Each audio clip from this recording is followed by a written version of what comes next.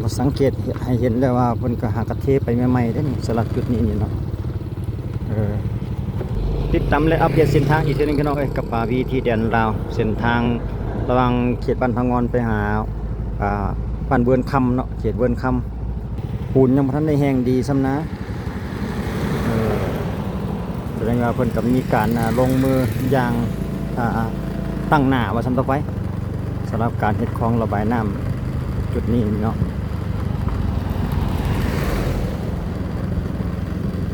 ยาวเหยียดเลยปูนบ่ทันได้แข็งซ้ำหาคันลังเทใหม่ๆยังนิ่มๆอยู่ตอนนี้เพิ่นกำลังเร่งรีบในเกี่ยวกับคลองระบายน้ำเรามาสังเกตเห็นทางด้านนี้ก็จะเป็นบอนที่ว่าเพิ่นเก็บวัตถุเนาะเป็นหินทรายต่างๆเตรียมไว้ที่จะทำการก่อสร้างเส้นทางนี้เองเนาะเป็นเส้นทางเทเปตงพี่น้องหรือว่าทางเทคอนกรีตแต่ว่าตามที่เขาได้สำรวจมาแล้วจังมาถ่ายทำให้ทุกท่านได้ติดตามเบิ่งอีกทีหนึ่งอยู่ในช่วงระหว่างเร่งในการเฮ็ดคลองระบายน้ำพี่น้องยังบ่ทันได้มีการเทเล่นใดเล่นหนึ่งแต่อย่างใดเนาะอยู่ในช่วงระหว่างการเฮ็ดคลองน้ำอยู่หลังจากที่ข้าพเจ้าเคยลงคลิปไปแล้วภายกับประมาณเดือนหนึ่งเดือนผ่านมาแล้วเนาะก็ยังอยู่ในช่วงระหว่างเร่งรีบเกี่ยวกับคลองน้ำคือเก่ายังบ่มีการเทแต่อย่างใดก็เลยมาเราสู่กันฟังพี่น้องกับบรรยากาศเส้นทางอยู่ในพื้นที่ของเมืองไซธานีสลับเขตบ้านพังงอนหาเขตบ้านเวือนคำมาแถวโรงงานเบียร์ไฮเนเก้นนี่แหละพี่น้องขอติดตามและอัปเดตให้ทุกท่านได้รับรู้อีกทีหนึ่ง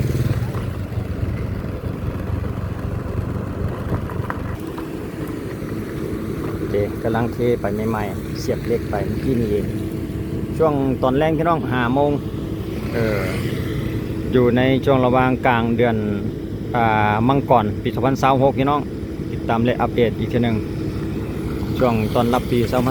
2026และหลังจากนี้อีกประมาณจักมือหรือว่าจักเดือนก็จังจะทำการเทเขาจะติดตามแล้วก็เอา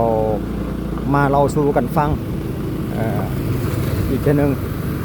หากว่าเพิ่นเทไปได้เล่นใดเล่นหนึ่งน้อยหลายสำใดอย่างนี้นะพี่น้องก็อีกประมาณจักเป็นเดือนหรือใดหนึ่งแล้วเขาก็จะติดตามถ้าว่ามีความคืบหน้าแต่อย่างใดเขาก็จะลงคลิปให้ทุกท่านได้รับรู้อีกทีหนึ่ง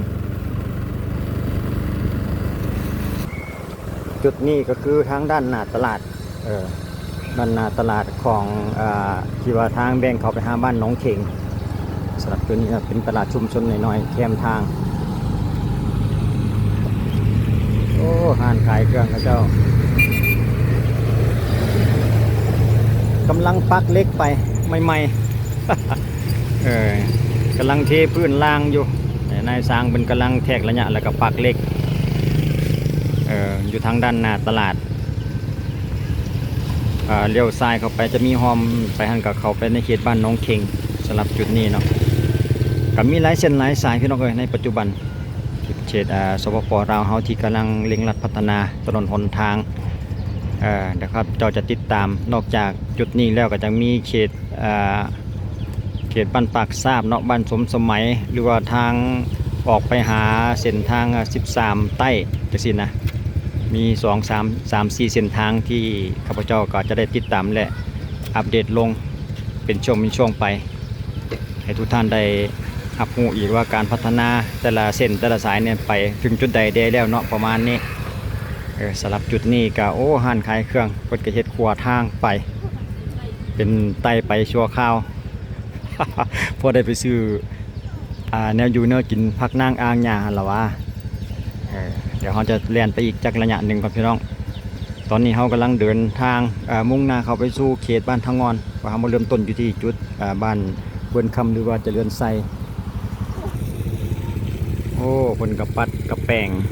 คัดยางดีมันได้พร้อมกับเสียบเล็กลงไปเป็นช่วงเตรียมที่จะเททั้งด้านข้างอีก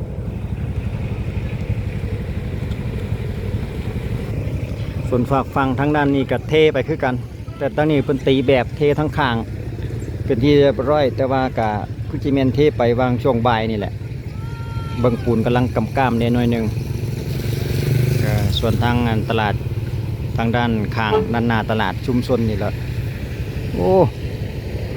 รถพ่วงมายาวเหยียดเลยอยู่ในทางกระแหงแคบสารบัดนี่เอาค่อยไปค่อยมาพี่น้องเอ้ยช่วงนี้ช่วงกำลังพัฒนาเส้นทางก็อาจจะบ่สะดวกแด่อดทนไปน้ำกัน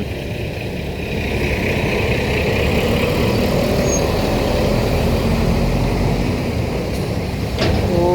ยาวเหยียดเลยส่งสินค้ามาจากกรุงเทพคนได้รถคันนี้ก็ได้เป็นรถส่งสินค้าเนาะป้ายทะเบียนกรุงเทพ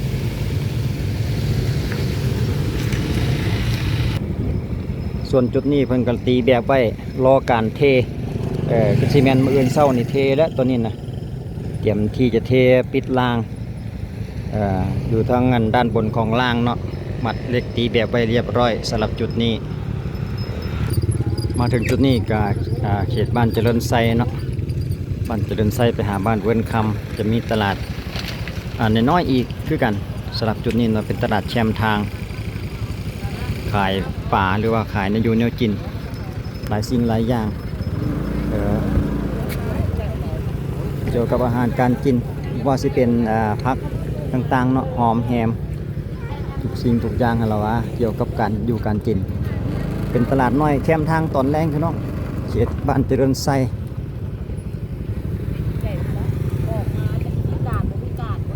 นี่ประเภทปลานิลใหม่ๆสดๆเลยแต่ว่าสังเกตบางจุดนี้ยังบ่ทันได้เห็นเห็ดคลองแต่ยังใดเนาะสำหรับจุดแต่ว่าเป็นตลาดแล้วก็จะมีคลองน้ำแน่น้อยหนึ่ง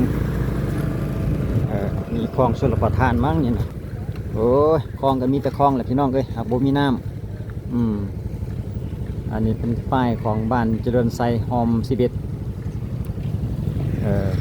เดี๋ยวเราจะเรียนไปต่ออีกช่วงหนึ่งไปเขตบ้านเบือนคำอีกทีหนึ่งพี่น้องบ้านเบือนคำนี่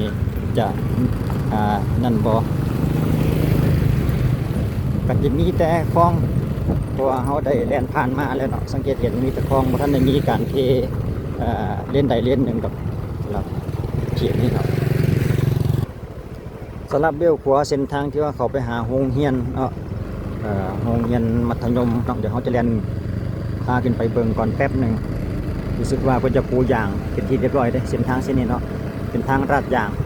เดี๋ยวเขาจะเรียนนำไปว่าทางลาดยางเพิ่นนี่ฮอดจุดใดอีกทีหนึ่ง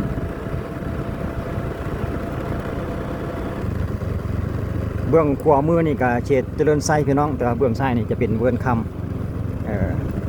เบื้องซ้ายมือเขาจะเป็นบ้านเวิร์นคำเบื้องขวานี่ก็จะเป็นบ้านเจริญไซก็จะแบ่งถนนแบ่งกัน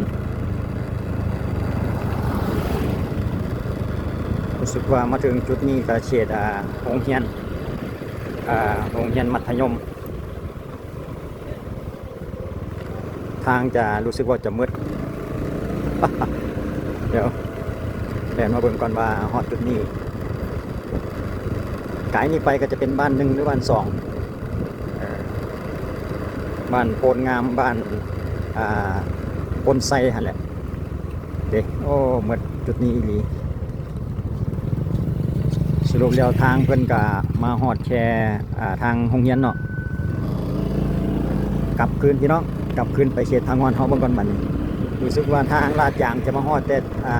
ในเขตโรงเรียนมัธยมเขตบ้านเบือนค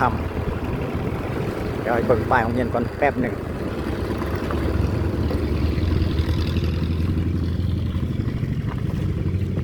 โตบักใหญ่เลยโรงเรียนมัธยมศึกษาสมบูรณ์เบือนคำภายในโรงเรียนเพิ่นเนาะโรงเรียนปลอดสิ่งเสพติดเนาะสำหรับมัธยมเวิร์นคำโอเคหูแล้วทางลาดยางมาฮอดแค่โรงเรียนมัธยมแล้วกันเดี๋ยวเราจะกลับคืนไปจุดเดิมแล้วก็แล่นต่อไปเขตทางงอนบาทนี่โอ้นายสร้างนี่เอาแท้เว้ย5 โมงครึ่งยังบ่เลิกเชื่อ ยังปาดปูนเทพื้นเนาะเทพื้นล่างแล้วก็เสียบเหล็ก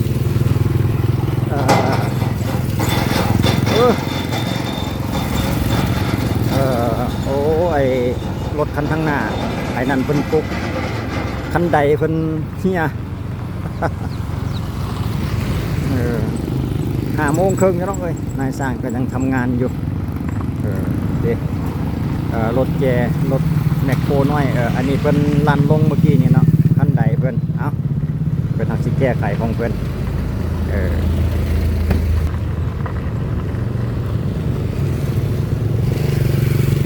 ก็สรุปแล้วก็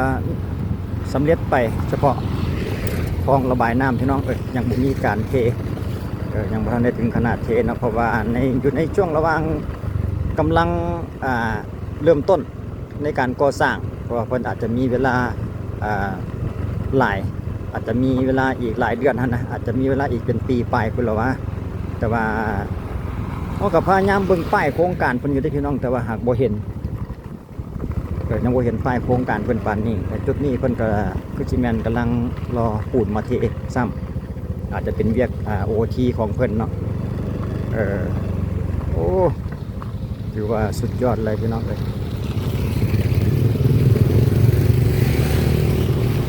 เครื่องจักรเพิ่นของเพิ่นเกิดเวลาละมั่งแต่ว่าอาจจะเป็นเวียกOTของเพิ่นขอบคุณเข้าใจทุกท่านคลิปวิดีโอเฮานี่ก็จบไปกับบรรยากาศที่กำลังเกี่ยมคลองนี่แหละสำหรับจุดนี้ก็กำลังเอารถแมคโครลอกหน้าดินไปลอกคลองไปก็จะปรับระดับเช็คระดับแล้วก็เทกำลังเร่งรัดพัฒนาพี่น้องสปป.เรานับมือเพิ่มเติมและขยายเส้นทางทุกเส้นให้มันมีความเจริญก้าวหน้าไปขอบคุณเข้าใจอีกทีนึงไว้เจอกันในคลิปต่อไปพี่น้องจะเป็นเส้นทางในด้านที่ต่ำอีกทีนึงสำหรับคลิปนี้ขอบใจสบายดี